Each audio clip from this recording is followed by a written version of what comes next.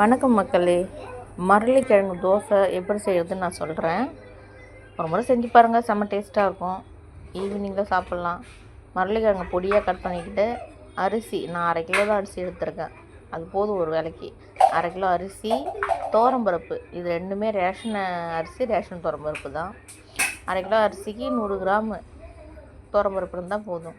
அதில் கடலப்பருப்பு, உளுத்தம்பருப்பு, உளுந்தெல்லாம் சேர்ப்பாங்க, ஆனால் கொஞ்சம் ஹார்டாக இருக்கும். அதெல்லாம் சேர்க்காம இது 2 மட்டும் சேர்த்தா சாஃப்டாக இருக்கும். அப்புறம் காஞ்ச மிளகா ஒரு 12 கிட்ட போட்டிருக்கேன். அப்புறம் பெருஞ்சீரகம், உங்கள் காரத்துக்கு அது மாதிரி போட்டுக்கோங்க. அதை ரெண்டுத்தையும் நல்லா அரைச்சி எடுத்துக்கணும். அப்போனா மரளிக்கிழங்கை ஃபஸ்ட்டு ஒன்றில் வச்சு அடிச்சுட்டு அதுக்கப்புறம் தான் வேகமாக வைக்கணும். ஏன்னா எல்லாம் கட்டி முட்டையமாக ஆகிடும். அதுக்கப்புறம் தான் அது கொஞ்சம் ஃபாஸ்ட்டாக வைக்கணும். ஃபஸ்ட்டில் ஸ்லோவாக வச்சு தான் அரைக்கணும். அப்போ தான் கொஞ்சம் ஈவன் ஆகும் மாவுலாம். இங்கே பாருங்கள் எவ்வளோ சாஃப்டாக எப்படி வருது பாருங்கள். நல்லா இருக்குல்ல பார்க்குறதுக்கே, நல்லா இருக்கும், சாஃப்டாகவும் இருக்கும் தோசை. இதுவே நம்ம உளுந்தும் கடலப்பருப்பும் சேர்த்தா கொஞ்சம் நல்லா இருக்கும். ஆனால் மொறுமொறுன்னு இருக்கும், அது ஒரு மாதிரி நல்லாயிருக்கும். இது கொஞ்சம் சாஃப்டாக நல்லாயிருக்கும்.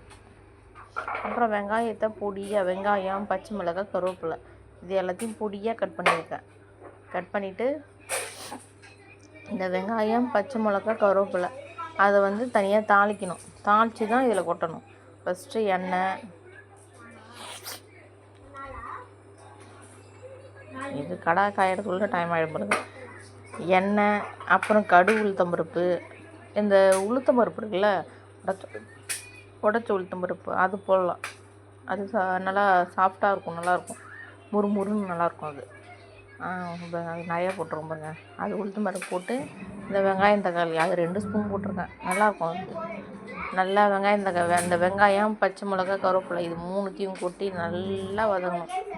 நல்லா வதங்கிட்டு அந்த கோல்டன் கலரில் மாறும் பாருங்கள் வெங்காயம், அந்த மாதிரி மாறினா நல்லாயிருக்கும். அப்படி வதங்கினா தான் தோசை ஊற்றும் போது அந்த நச்சுக்குன்னு இல்லாமல் கொஞ்சம் நல்லாயிருக்கும், சாப்பிட்றதுக்கு டேஸ்ட்டு நல்லாயிருக்கும்.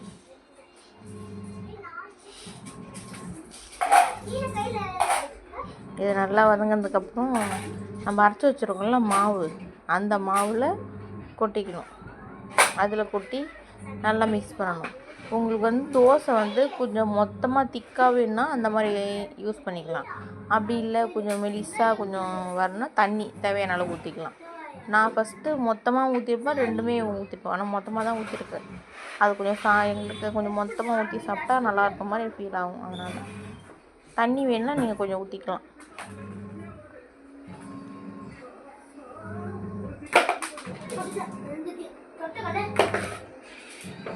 இவ்வளோ நாளும் பொறுமையாக பார்ப்பீங்க நீங்கள், டக்குன்னு ஓரட்டு பார்த்துங்க.